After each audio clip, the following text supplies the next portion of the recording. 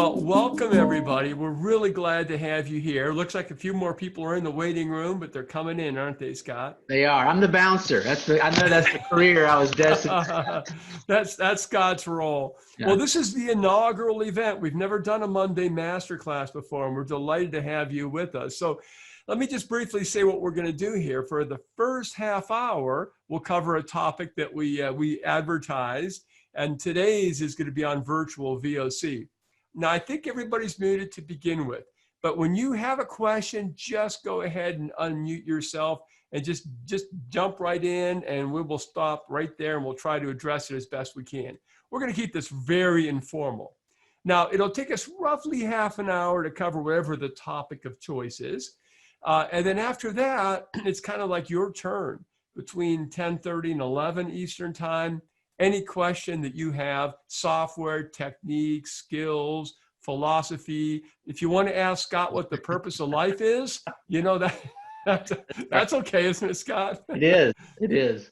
But anyway, that's what we're doing. Scott, do you have any thoughts before we dive into the topic at hand here? Dan, it's very exciting. This is our first of the masterclass series. We've got 20-something folks raise their hand that want to go deeper. We're going to do this a couple times a month in perpetuity. That's a long time. So we just, I'm just a bundle of excitement, to be honest, and look forward to getting these going. Me too. Thanks for joining us, folks. Hopefully there'll be some things here that will be helpful to you. Frankly, they'll be helpful for us. When people ask questions, we learn a lot as well. And we make notes and we upgrade our software, our teaching, and so forth. So we're looking forward to learning, hopefully along with you. Let me go ahead and share my slides that I've got here. I think I've got these ready to go here. Yep. I'm just going to move forward with this. And here is the topic that we've got for you. Virtual VOC.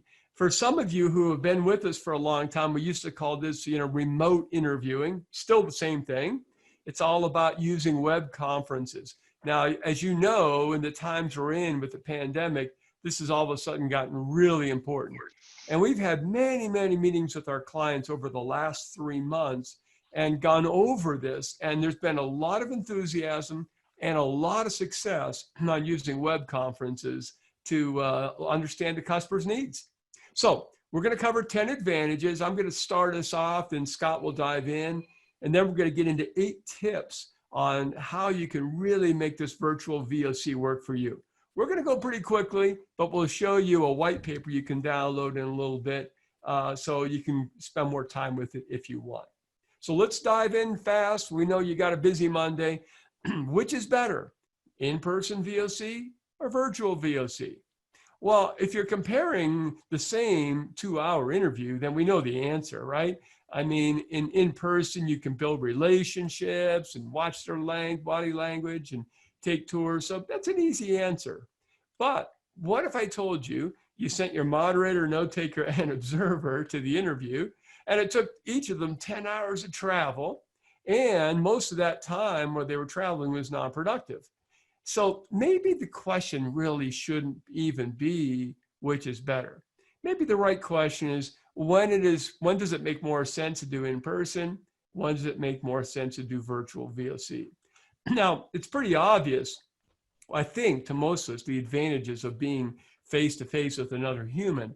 So I'm not going to spend any time on that. What I will do is cover with Scott some advantages of virtual that maybe aren't completely obvious, so we can take advantage of them. I'm going to cover the first one, then Scott's going to zip through the next 9 here.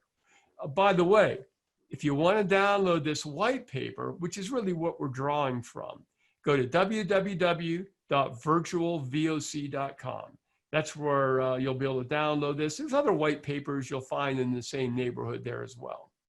All right, so advantage number 1. So the lower cost is I took the obvious one, didn't I, Scott?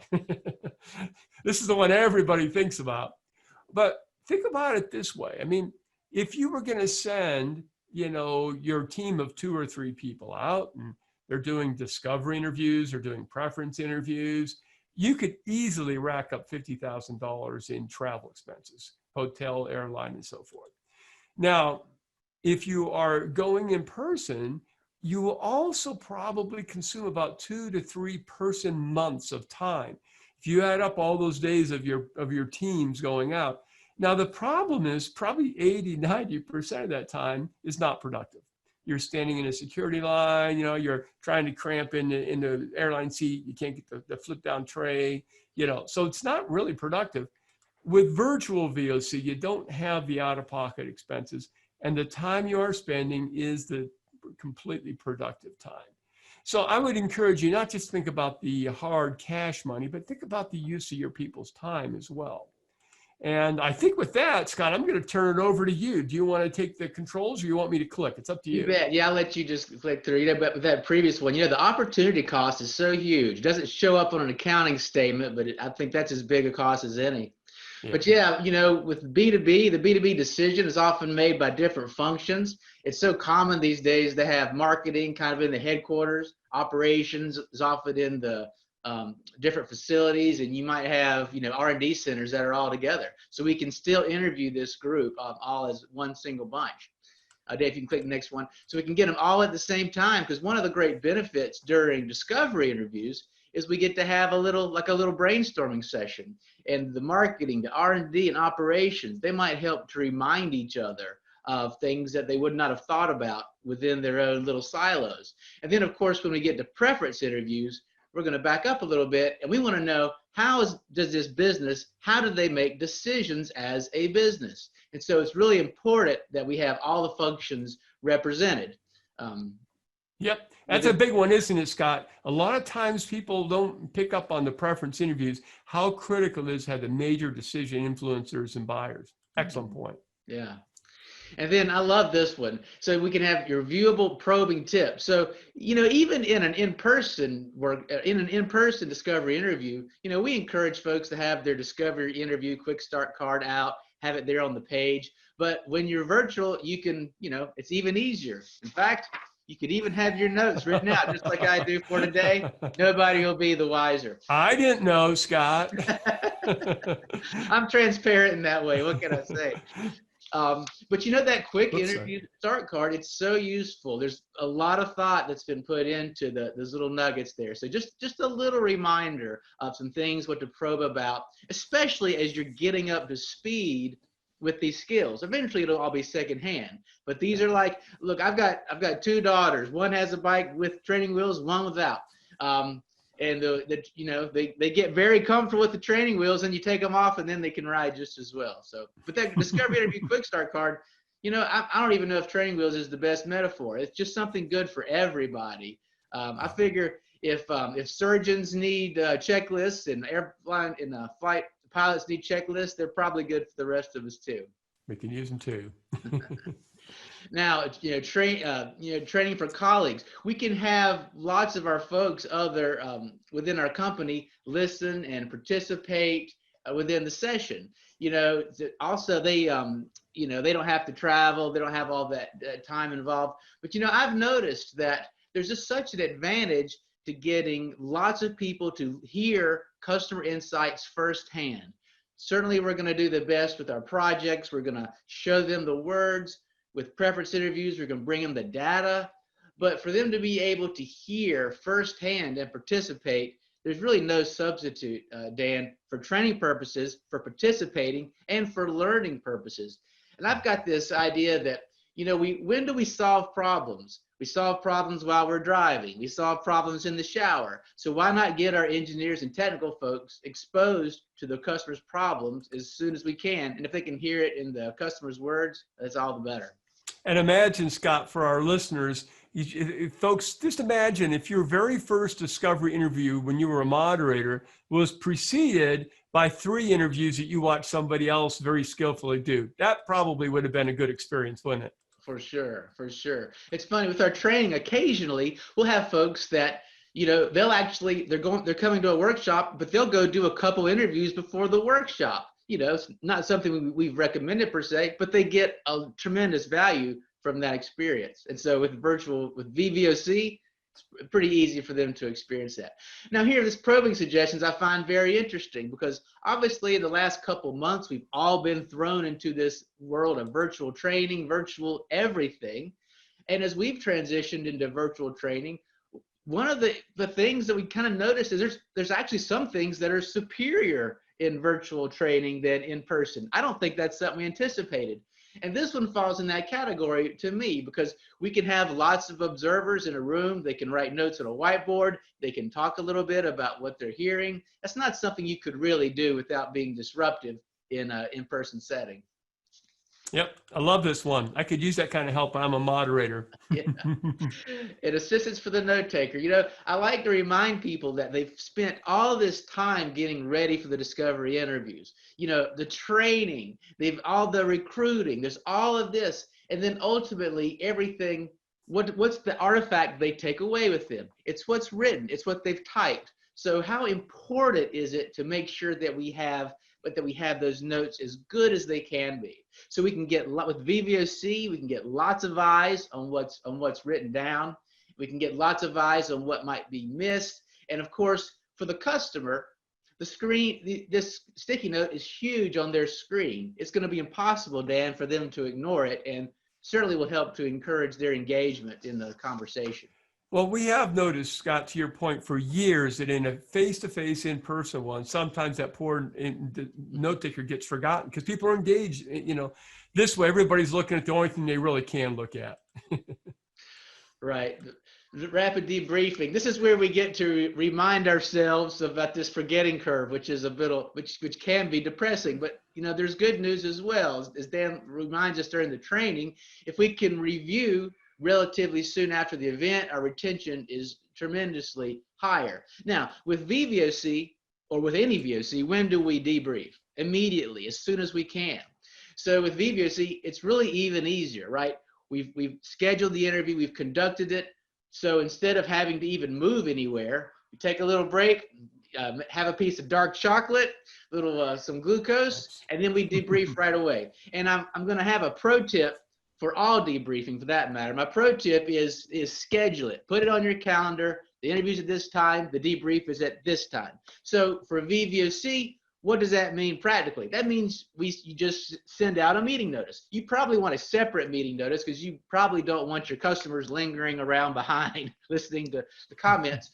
But go ahead and set up that meeting notice for the next session, and that'll help to block out that bit of time. There's my pro tip of the day. I remember, Scott, one of my first times I went with a client like 14 years ago. We interviewed a clothing manufacturer in Manhattan. We walked down to a deli to debrief, and I realized I was already forgetting what we'd covered. So it's pretty depressing.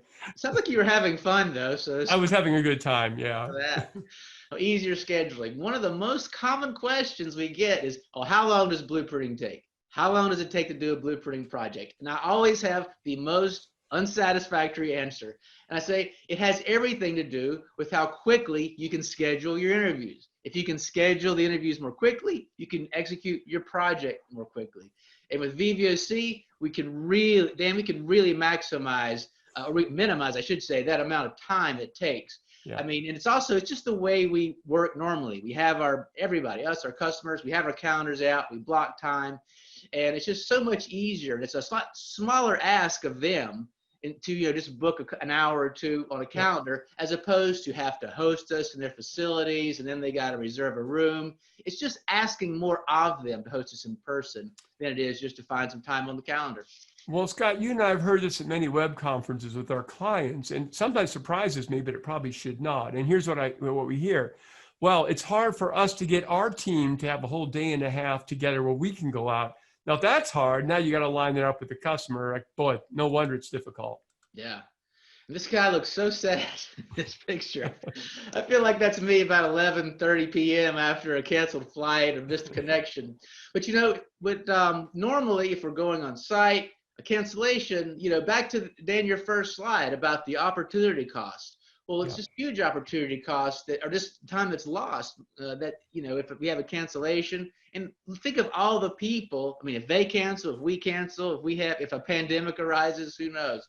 So with VVOC, not a big deal. We just reschedule. Not a big deal. Yeah, absolutely. Yeah. And I love this image. My kids love this silly movie called Turbo about a snail that races. I cannot say that I recommend the movie, I have had to watch it a few times. Anyway, this reminds me of it. But you can do the project faster. And here on the screen, we show where that's literally money in your company's pocket, greater net present value. But also, I'm going to throw this out there. With most things in life, we sacrifice something if we go faster. Generally, we think of if we go faster, quality is somehow lower.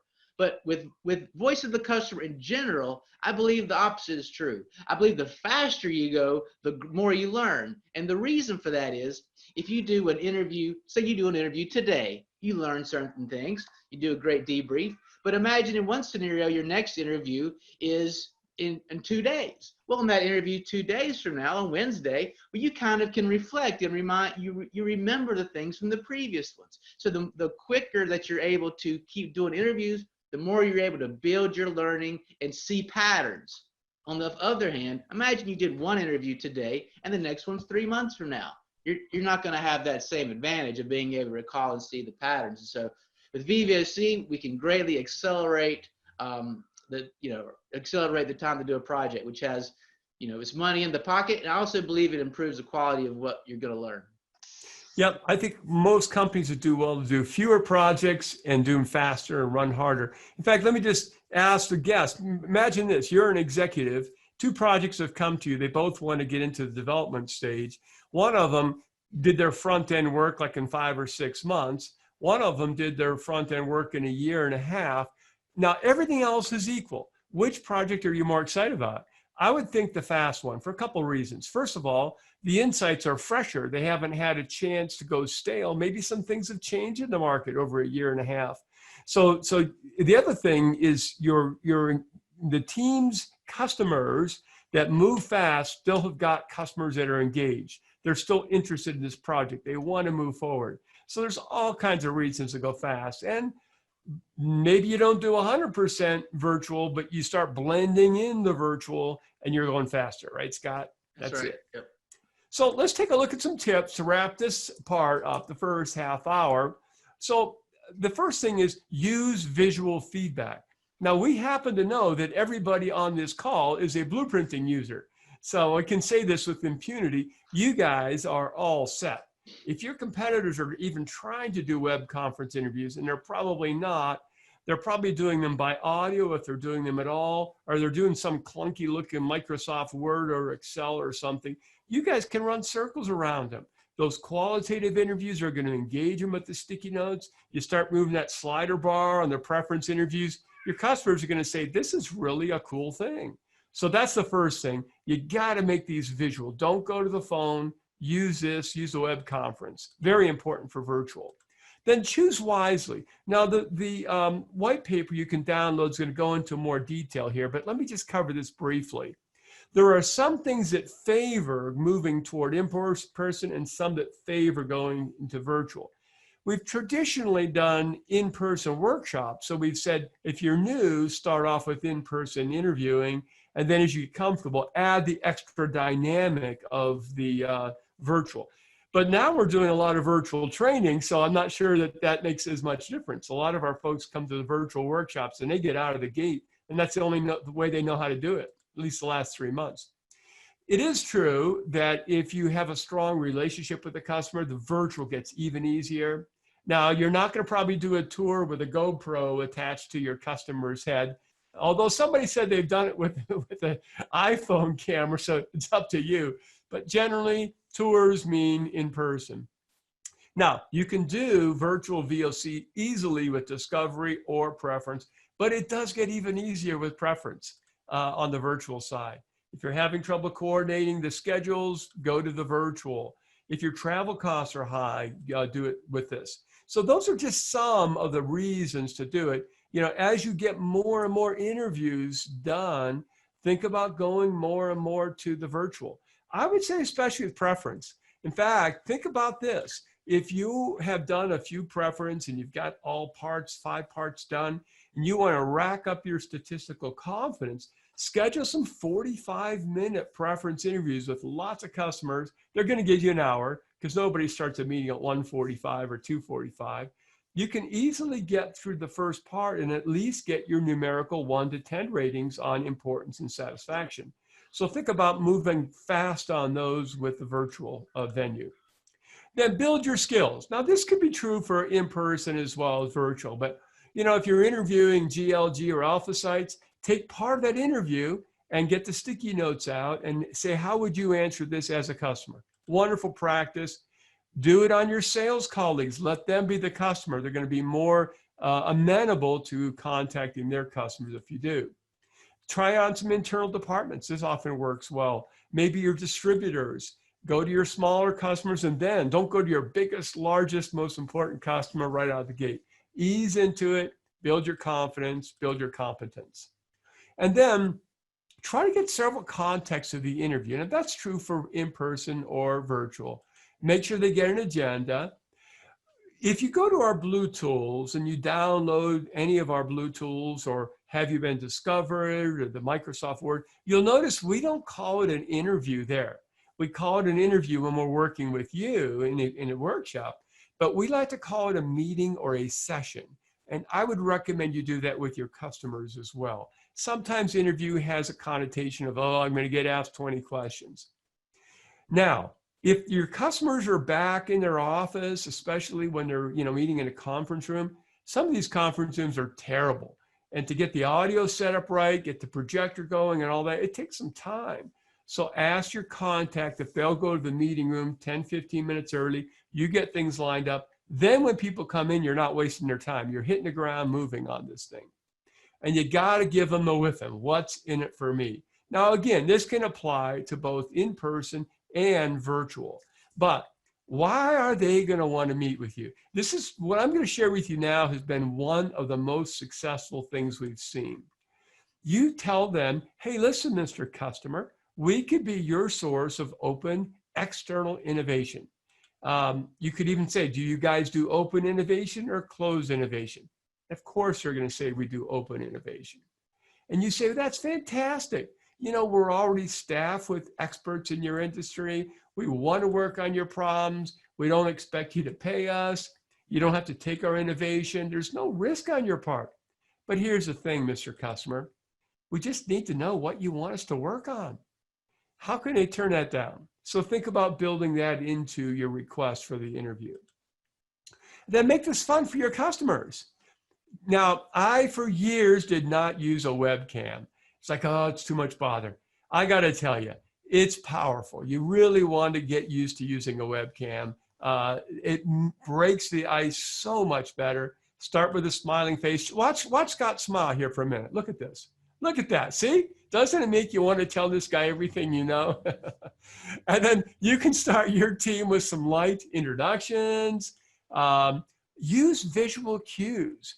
If you're the moderator, say, let's take a look at note number 12. If you're the note taker, let's highlight something somebody's speaking about on the note. And then, maybe you order some food from Panera or a restaurant. Find out from your host when they order out sandwiches. Or what if you're having a mid-morning meeting? How do you think they'd feel if a whole bunch of coffee and Danishes and those nice bear claw sandwiches or donuts came in and you brought them in? I bet they'd like to see you, wouldn't they? And hey, they got to eat lunch anyway. If they say they're busy, do you guys eat lunch? How about we schedule it over lunch? Okay, and then probe like a pro. Now, you may not want to do all this, but ensure high quality audio. I learned from Scott that he's had much better audio than if I'm using my phone. So now we use a boom microphone here, okay? And I'm not saying you need to get a boom mic, but if you're doing a lot of this, get a condenser mic. It's a USB hookup on your computer. The audio sounds a lot more professional. And then have your observers, get them putting notes up on the whiteboard so it helps you as a moderator. Get your people trained, have them come in and sit in on other interviews. And then definitely use your what and why probing tips. This is the bottom of page 2 of your discovery interview quick start card. Ask those what questions. Can you describe this? When does that happen? Really, how does that impact you? Anything else we should know about this before we move on to the next sticky note? Okay, well, what other problems are you seeing? Very smooth. Great training wheels, right, Scott?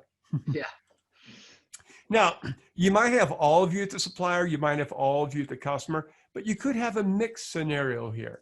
Maybe you have a couple of your people hang back and maybe just your observer goes. Maybe your observer is a well-trained sales pro who's already in the region and he or she can drive to the customer instead of getting on a plane, save a lot of money.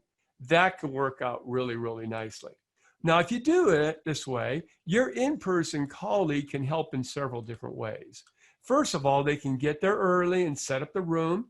If it's a big conference room, have them move the seats out of the way in the back of the room so everybody has to sit in the front of the room. Make sure the spider microphone is working. They can break the ice and make the introductions. They can bring the donuts in.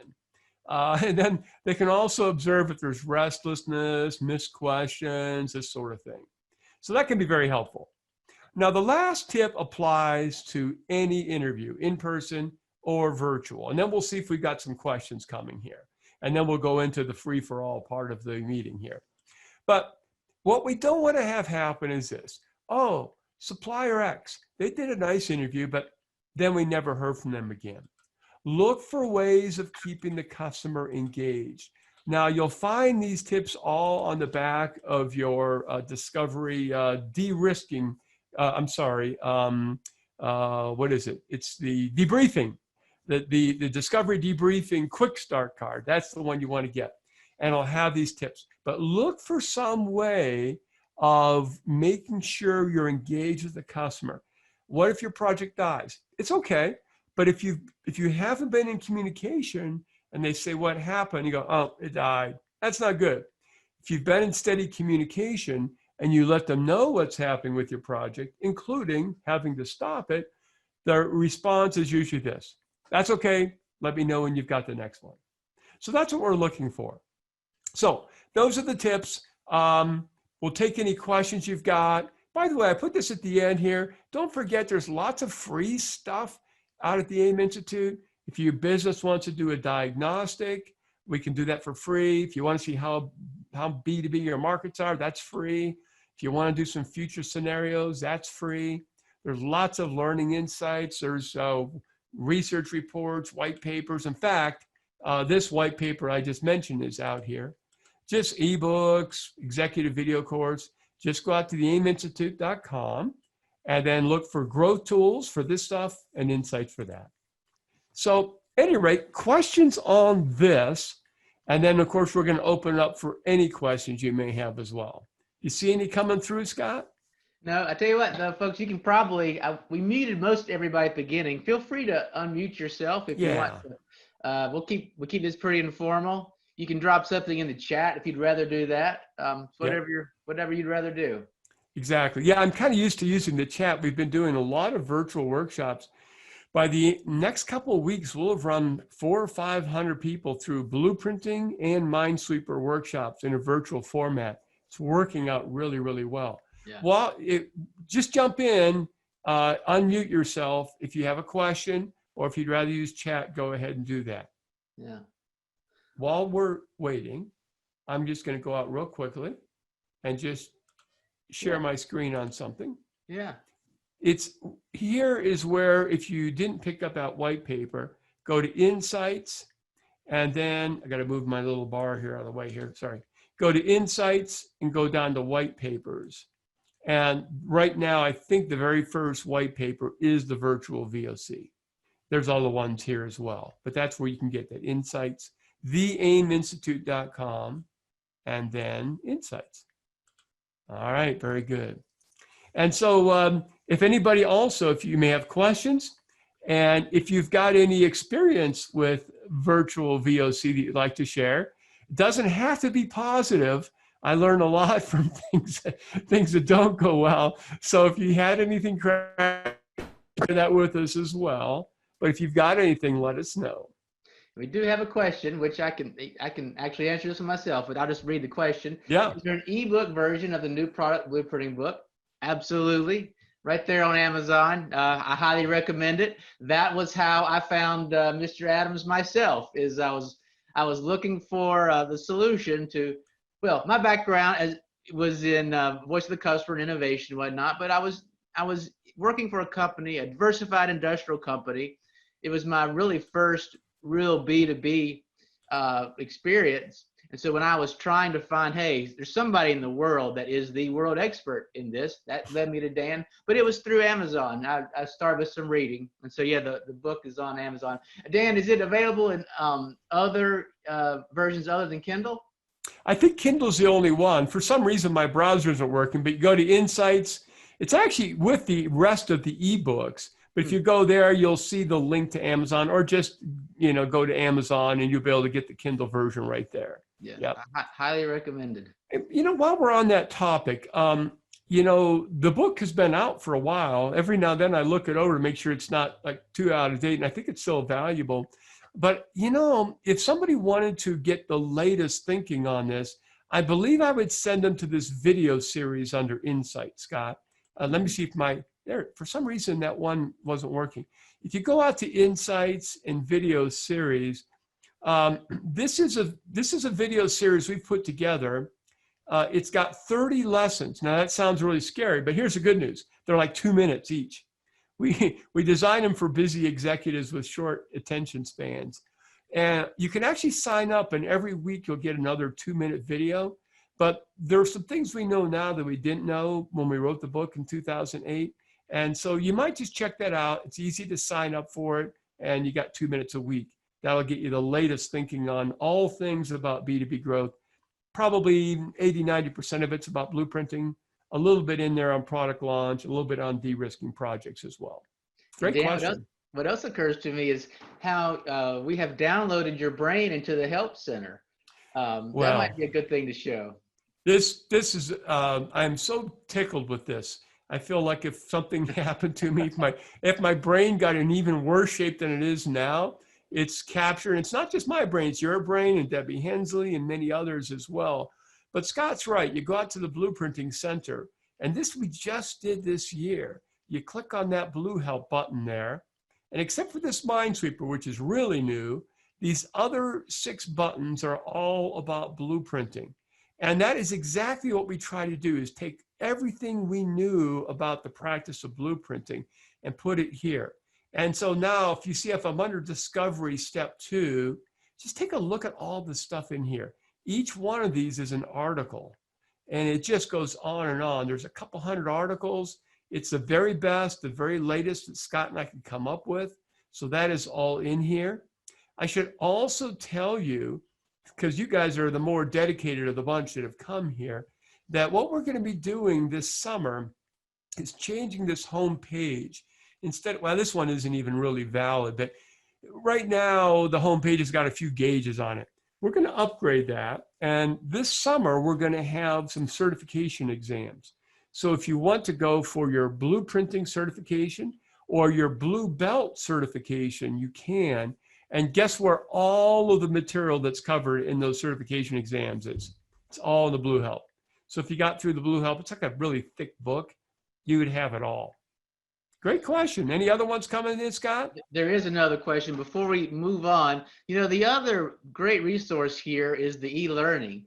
I think it's been around a while, so I think for us, it's not the top of mind as much because it's been there so long, but it's the complete course, New Product Blueprinting. It goes into much more depth than we're able to during the workshop format. And so most of the folks on this call, I think you're subscribers already, but you can also, for a pretty modest cost, resubscribe to your e-learning course, which as a practitioner, I think would be a great thing to do.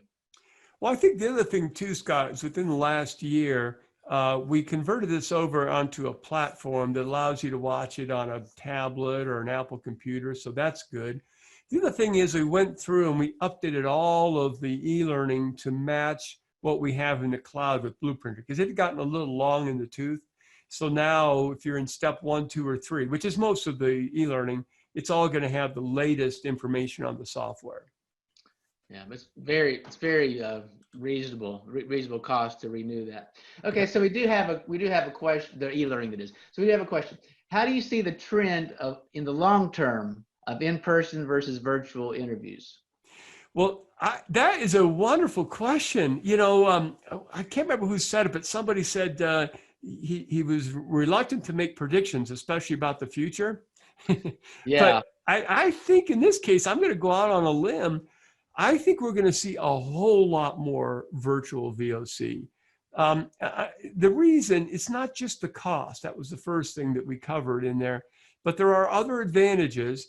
And so what I think, and let's say hope will happen, is that just like liquid seeks its own level and finds where it should be, I think we're going to find that companies will find that balance between in-person and between virtual VOC. And I think the new balance will be much, much different than the old balance.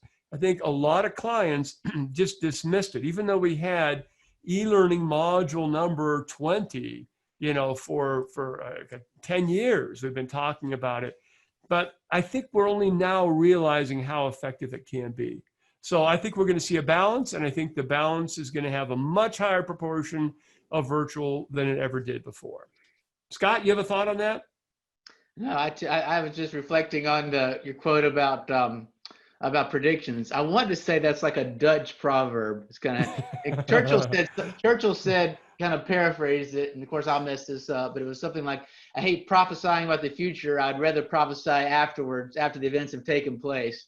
Yeah, exactly. We'll see what happens. We'll check back a while. But you all could be a big part of this, frankly, because the exciting thing for me is you've come here, we've talked about what it can do.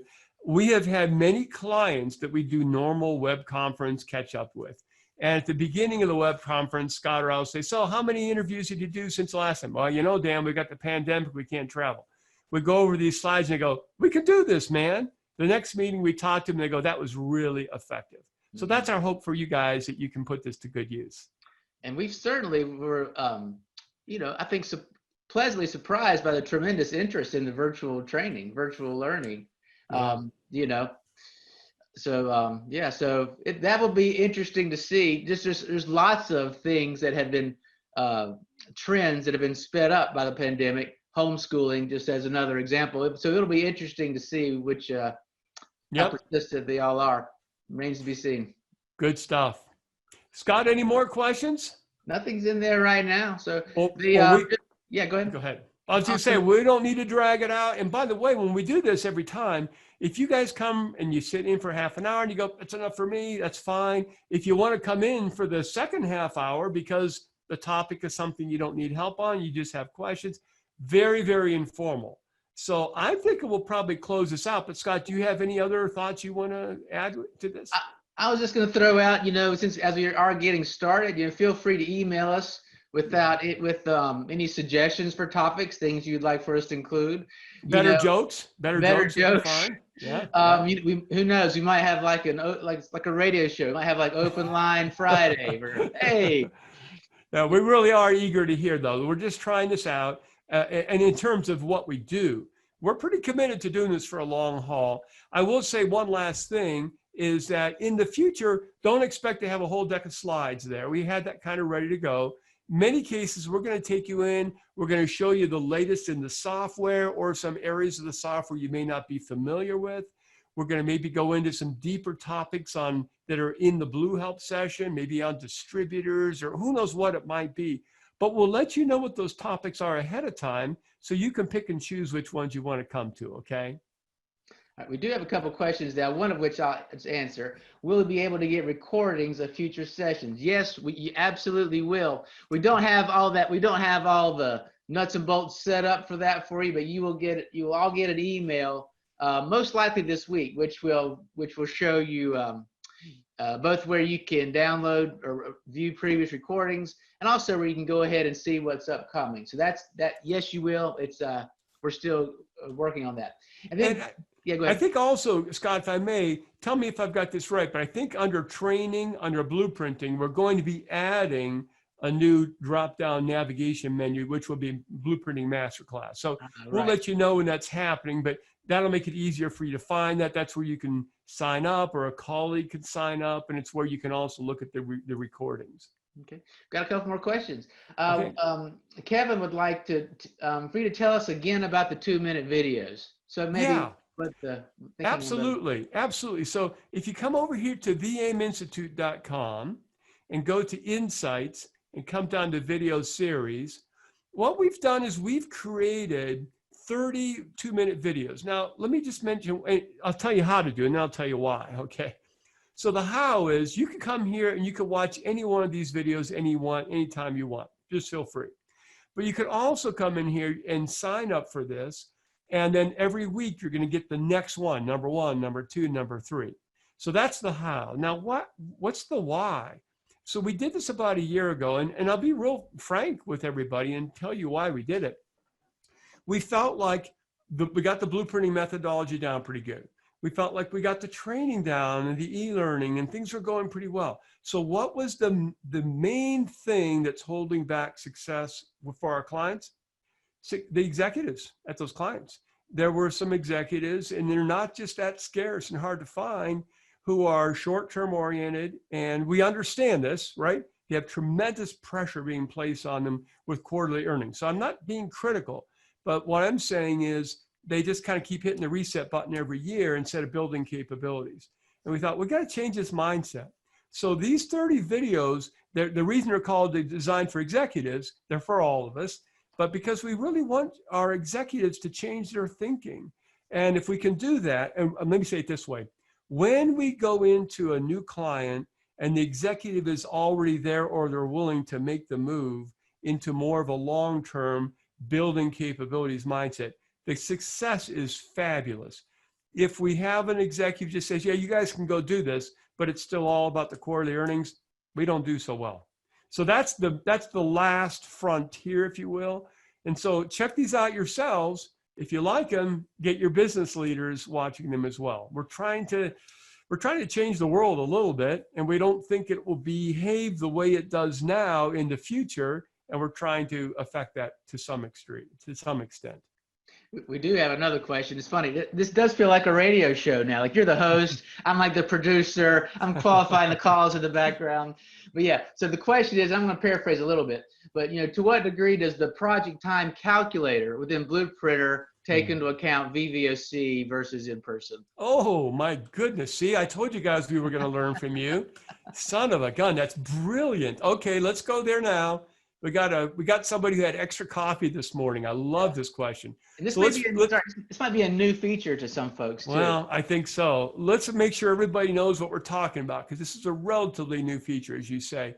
So we go into software, we go up to the menu, we go and we're setting up a new project, okay? And when you set up a new project, this is the first screen you see. You put in your name, you put in the team leader, you decide if it's a practice project or if it's a real project. And this is also new. We can track it. And if we track it, one of these days, we're going to show you this new executive dashboard. It's going to be really cool. And we're talking just weeks away, where your executives will be able to look at many projects. So that's what this is all about. Anyway, you fill in this other stuff. You put in a market case goal here. I'll just do that much for now, okay? And then you say, great, I'm going to go ahead and I'm going to save these settings. Oh, fiddle, here, we're not going to track it, but we're going to do that, okay? And now we move on to team and timeline. This is what the person is mentioning. So if you don't have many people on your team, it's going to estimate that it's going to take you quite a while to get this done. And we told that we want to get done by December. So you add more people or you add more time for the people, and now we have a better chance of getting this done. And we now have today, how easy is it to get the interviews? How many interviews are you planning? If I ask Joe on my team to help me, is he too busy with everything else or not? And am I scheduling my preference interviews as I'm finishing discovery? So there may be a fifth one coming here, Scott. I love this. What portion of these will be virtual? Now we're going to put that one down. We're going to think really hard on that. But what I would do in the interim is this. If you're doing a lot of virtual, I would encourage you to bump this up from what it would have been. If it had been poor, make it go to moderate. If it had been moderate, make it go to good, because it's just easier to get these things interviewed. We'll either add a fifth one, or we're going to put a note on here saying this is something to consider, right? That's a great idea to use that first one. And what might not be obvious to the folks looking at this is a pretty sophisticated math behind this calculator. So it's not the simplest thing to add a fifth one on. But that's a great idea, Dan, to really use that first one as a project. Yeah. Yeah. And I think maybe a mouse over giving some tips on Mhm. that would be really good. Yeah. Brilliant. Wow. Yeah. Thank you. Whoever that was. Who was that? Can you That give the was first Tom name? McCann. Thank you, Tom. Nice job, Tom. And, Very all right, good. we have another one. Do you think customers are more invested in the face-to-face than a virtual meeting? Well, I do think that human nature says when we're sitting across a table and we're in person, face to face, you cannot get any better. I think that is the gold standard for that engagement. So I think all else being equal, if it all is truly equal, I think the engagement is going to be higher with in person. Now, I love that word invested because there's two parts to that. One part of invested is how engaged when I finally get them there are they. The other part of invested is how willing are they to say yes. Now, this is where the equation can flip the other way. We've actually noticed that in some cases, let's say Scott's my customer. Hey, Scott, do you have time for an interview? And I finally I'm getting close to talking Scott into it. And then I say, it's going to be a web conference. We'll need between, 1 and 2:30, or let's even say it's between 1 and 3 o'clock. In the back of Scott's mind, he's thinking, if it's a web conference, I can always tell these guys, hey, it's 3 o'clock, I got another meeting, got to run. If they're here and they're stuck in my conference room, I got to get them out. I got to get them out of the lobby. And man, I don't know about that, So it's kind of like, would you rather have a salesman come to your front door or call you on the phone, right? Right. So there is an element of you might be able to schedule the virtual a little bit easier, but you will get more engagement face to face. Yep. Good question. I love that. Great question. Yeah. All right. We don't have anything else in there right now. Well, those are wonderful. I can tell we got the creme de la creme coming. Thank you all very much. Really appreciate this. We didn't know what to expect. This is a wonderful turnout. We're going to keep doing this. We'll let you know what the topics are, but also let us know what topics you want. Drop us a note. We're only going to schedule out about 4 ahead. That way, if you have something that is important, we can build that into our planning. We want this to be useful for you. Mm-hmm. So I will say thank you. Have a great week, and thanks for joining us. Scott, thank you. One final note, you'll all get another meeting notice from us for the next one, which is coming up on June 22nd, and you'll just perpetually get these. And if it's, we'd love for you to keep accepting them. And then if you can't make it, no problem. If you can always opt out of it as well, but it's basically like you're subscribed. So you don't have to do anything per se. You will just continue to get the notices until you choose to not get them. But we hope you'll stay with us. This has been fun. Yep. And tell a friend if you think it's helpful. Thanks, everybody. Have a wonderful week. Thanks for joining us.